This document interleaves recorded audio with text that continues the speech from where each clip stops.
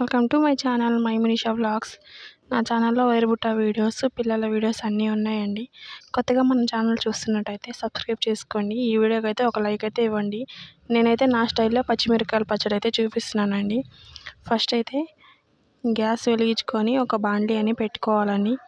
నేనైతే 2 టమోటాలు, ఒక 15 పచ్చిమిర్చి, ఒక ఉల్లిపాయ, కొంచెం అల్లం, కొంచెం జీరా తీసుకున్నానండి. చింతపండు కొంచెం తీసుకున్నాను. చింతపండు అయితే ఇక్కడ నానబెడుతున్నానండి. ఇక్కడ మనం బాండీ అయితే పెట్టుకొని బాండీలోకి నూనె అయితే పోసుకుందామండి. నూనె పోసుకొని మనం అవన్నీ కట్ చేసి పెట్టుకున్నాం కదండి, అవన్నీ దాంట్లో వేసి బాగా వేయించుకోవాలండి ఎర్రగా అయ్యే వరకు.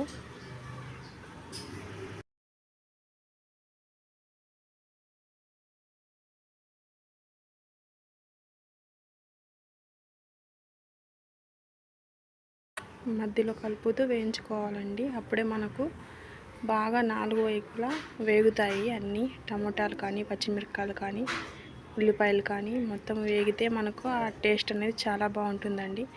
ఇది మనకు ఈ చట్నీ అనేది దోశలోకి, ఇడ్లీలోకి, బోండాల్లోకి, అన్నంలోకి చాలా అంటే చాలా బాగుంటుందండి.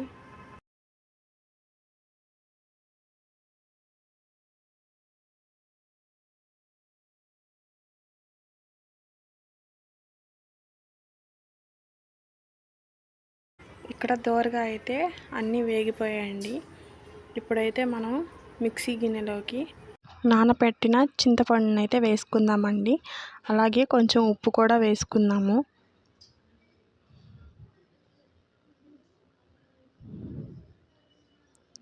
ఇప్పుడు మెత్తగా అయితే మిక్సీ అయితే పట్టుకుందామండి.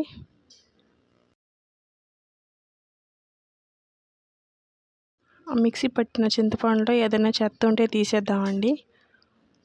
తర్వాత మనం దోరగా వేయించి పెట్టుకున్నాం కదండి పచ్చిమిరపకాయలు, అవన్నీ వేసేద్దామండి. మెత్తగా అయితే మిక్సీ పెట్టుకోకూడదండి. ఇది పచ్చడి కాబట్టి మనకు రోట్లో రుబ్బినట్టు రావాలంటే ఒక 2-3 సార్లు అలా తిప్పి అలా పెట్టేస్తే చాలండి.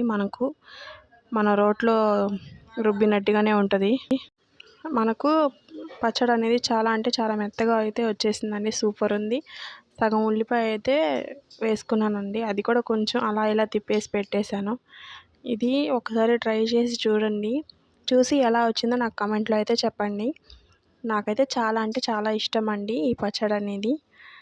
నా ఛానల్లో వైరుబుట్ట వీడియోస్ ఉన్నాయని చెప్పాను కదండి, తప్పకుండా వెళ్ళి చూడండి ప్లీజ్.